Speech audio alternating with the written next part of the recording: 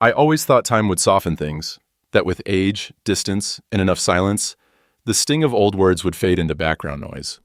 But somehow, the things my mother said when I was a child, they've only grown louder with time. I'm 31 now. I moved out when I was 19. I'm on, and I've been on my own ever since. No dramatic exit, no slamming doors, just me, leaving quietly, like I had learned to do my entire life. I'm the youngest of 5 kids. The oops baby, as my mom used to not so subtly call me. She was already in her 40s when she had me.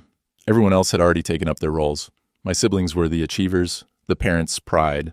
And then there was me, the afterthought, the burden that showed up late and ruined the ending. I don't think my father ever truly felt that way. He's always been soft, quiet, the kind of man who would sneak an extra cookie into your lunchbox or pat your back when mom wasn't looking. But he never stood up to her, not once, not when she shouted that she had to spend her retirement money on school supplies for me, not when she told church ladies I was a financial speed bump, not even when I came home crying from school wearing clothes 2 sizes too big because my older brother's hand-me-downs didn't fit, and she said I was ungrateful. That's the thing about growing up in a house that says grace before dinner but curses your existence after dessert.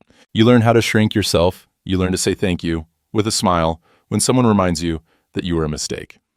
At 19, I packed a duffel bag with everything I had, some clothes, a secondhand laptop, and enough self-doubt to last a lifetime. And I left. No college fund, no tearful goodbye, no calls from mom checking if I made it to the next city safely. She only called once, to remind me I still owed her money for my senior prom tux rental. And yet, I survived. I moved from roommate to roommate, worked 2 jobs at times, sometimes 3. Slowly, I built a life. A quiet one, but mine.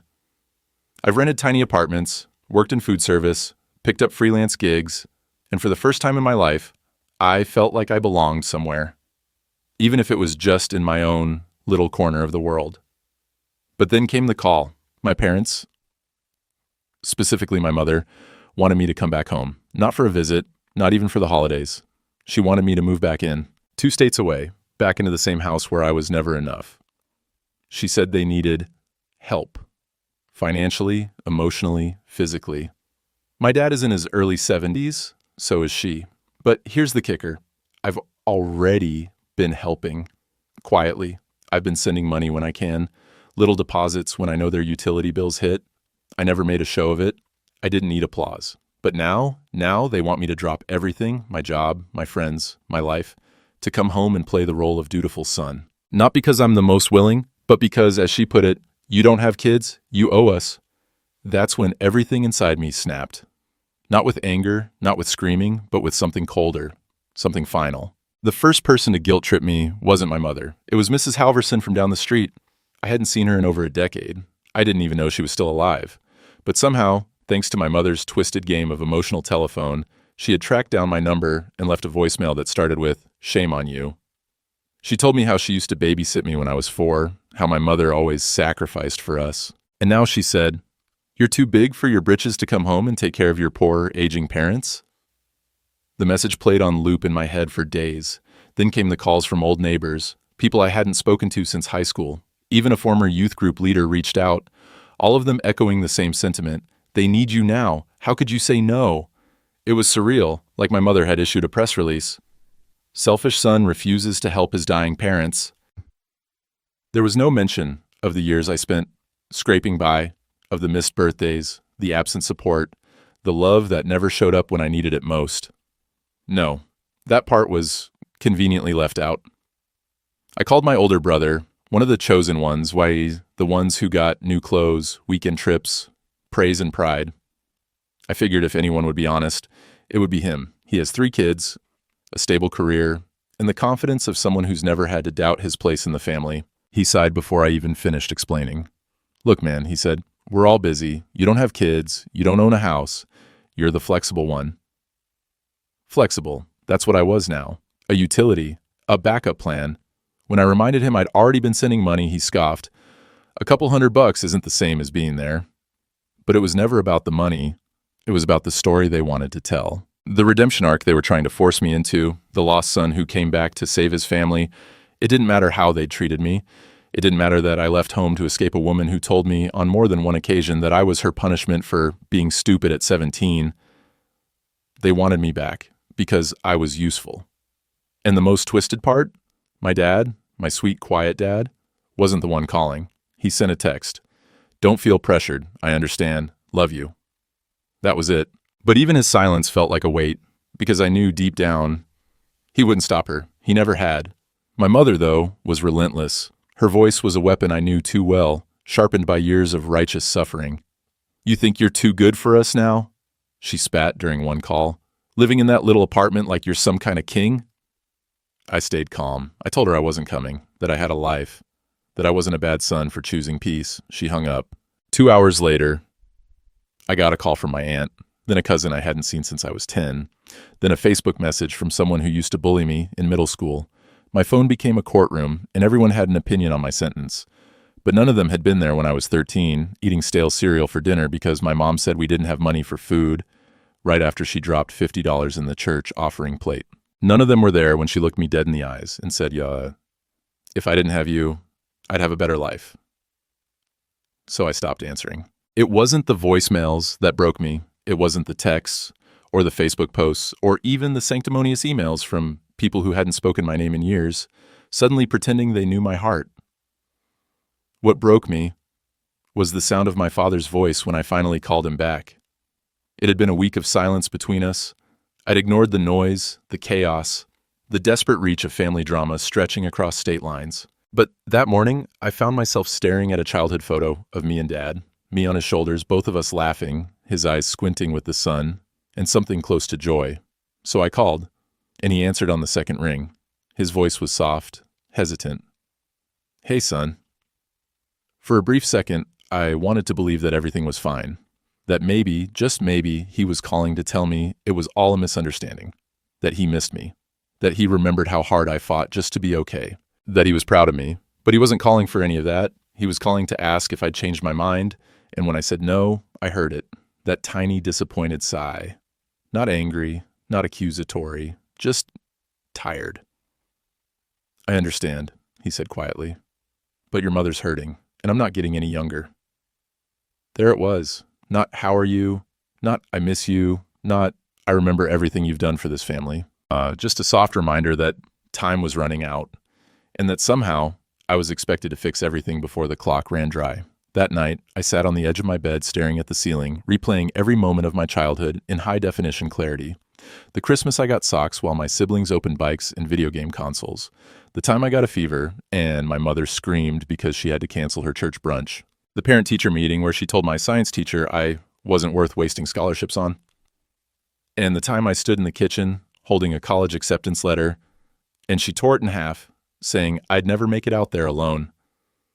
I had fought tooth and nail to escape that version of me, the invisible kid with a bruised spirit and a wallet full of bus tickets. I built a life brick by painful brick. I found friends who became my real family. I worked jobs that barely covered rent just to avoid calling home. I learned to cook, to save, to hold myself together when no one else would. And now, after all that, they wanted me back. Not because they missed me, but because they needed a caretaker, because I didn't have a mortgage, because I wasn't married with kids, because I was available. Like a spare tire they'd forgotten in the attic, now dusted off, expected to carry the weight of an entire journey they had never once invited me on. The realization came slow, like cold creeping into your bones. They never saw me. Not really. I was never the golden child, never the miracle baby. I was the afterthought, the guilt offering, the walking reminder of a life she didn't choose. And for years, I tried to earn their love. Good grades, clean clothes, quiet manners. I tried being useful, being invisible, being the version of me that wouldn't take up too much space, but it was never enough. So I stopped waiting. I stopped hoping. And that night, lying awake in the quiet hush of my own apartment, I whispered the words I hadn't said out loud in decades. I don't owe them anything. Not my time, not my body, not my peace. That was the moment it changed. That was the moment I stopped being their son and started being myself. The next morning, I made coffee, black, the way I'd learned to like it after years of doing things for other people. I didn't check my phone. I didn't open my email. For the first time in days, maybe weeks, the silence in my apartment felt peaceful And it hit me. I wasn't angry anymore. I was done being angry, done waiting for apologies, done being the emotional safety net for a family who only remembered I existed when they needed something. I had nothing left to give them. But that didn't mean I was going to disappear quietly. I started by blocking the numbers, my mother's, a couple of distant cousins, even a neighbor from the old block who kept calling to guilt trip me in the name of honor. Then I sent one email, just one. It was to my siblings.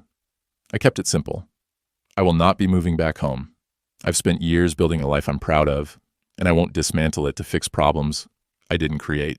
I've supported where I could, financially, emotionally, quietly, but that support ends now. If you want to help mom and dad, then do it. But leave me out of it. I wish you all the best. Me. I didn't wait for a response. Instead, I went to work. I cleaned my apartment. I called a friend and made plans for the weekend. I took myself out to dinner. I let the world feel small again, manageable, breathable. It wasn't dramatic. It wasn't some big take back your life movie montage. It was subtle, but it was powerful because for the first time, I was choosing me. And the funny thing is, when you finally stop bending to other people's expectations, their panic is almost comical. 2 days later, I got a letter in the mail, handwritten, from my mother. The envelope was thick, stuffed with folded pages. Her handwriting, the same sharp curves I remembered from angry notes on the fridge as a kid, spilled across the lines. It started with, "You ungrateful child." I stopped reading. I didn't need to. Her words were predictable. Guilt, religion, family duty, her health, her sacrifices. The years she raised me, though she never quite mentioned all the years she didn't. I folded the letter, slid it into a drawer, and didn't touch it again.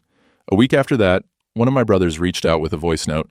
He sounded tired, not angry, just tired. "Hey," he said, "I get it now. I really do. I'm sorry we've put this all on you. I should have spoken up years ago. Just take care of yourself, man." I listened twice, then deleted it. I wasn't holding on to any of this. And that, maybe, was the most revolutionary thing of all. Letting go. Letting go of the version of me they expected. Letting go of the guilt I never should have carried. Letting go of the broken promises and the what-ifs and the bedtime stories I used to tell myself about how maybe one day they'd finally see me. They won't. And that's okay. Because I do. I see me. I see the boy who slept on couches and skipped meals and walked to interviews in secondhand shoes. I see the man who pays rent on time, who shows up for his friends, who makes his own bed in his own peace. I see someone who survived not because of his family, but in spite of them. And if that's not something worth protecting, I don't know what is. So no, I won't move back home. I already found mine. I didn't call them for the holidays. No card, no message, no maybe next year. I spent Christmas with friends, people who laugh with me, not at me, who invite me because they want me there, not because they need a free caretaker. On New Year's Eve, I stood on a rooftop in the city I chose, surrounded by people I love. No phone calls, no drama, just laughter, fireworks, and peace. That night, I made myself a promise, not a resolution, a vow. I would no longer bend for people who only remember my name when they need something. I would no longer carry the weight of a childhood that wasn't mine to fix. And most of all, I would never again apologize for saving myself. A month later, I got another email. This time, from a family friend I hadn't spoken to since high school. Apparently, my mother had been venting at church, crying about her ungrateful son, how I abandoned them after everything they did for me. And I guess someone must have asked the obvious question. Why him? Why not the others? And you know what she said? Because he doesn't have kids. He has the freedom. He owes us. Owes. That word hit me like a blade wrapped in velvet. Not loved, not trusted, not valued. Owed. That's when I stopped feeling guilty. Because now I knew the truth wasn't hidden in years of miscommunication or unmet expectations. It was right there in that one word. They never wanted me back because they missed me. They wanted me back because I was useful. And I'm not interested in being useful to people who only see my worth when it's convenient. So no, I won't respond. Not to the emails, not to the letters, not to the guilt-wrapped invitations masquerading as olive branches. I'm done. I'm not angry anymore. I'm not bitter, just finished. And sometimes that's the most powerful thing you can be, finished. So here's my message to anyone who's ever been called selfish for walking away. You are not selfish for choosing peace. You are not cruel for choosing yourself, and you are not heartless for refusing to carry the weight of people who never learned how to lift you. Sometimes the only way to break the cycle is to step out of it for good. I didn't burn the bridge. I just stopped walking back to people who watched me drown. Now, I have two questions for you. Have you ever been expected to carry someone else's consequences just because you were available? If your past came knocking today, begging for help, would you answer the door? Tell me below, because this time, your voice matters.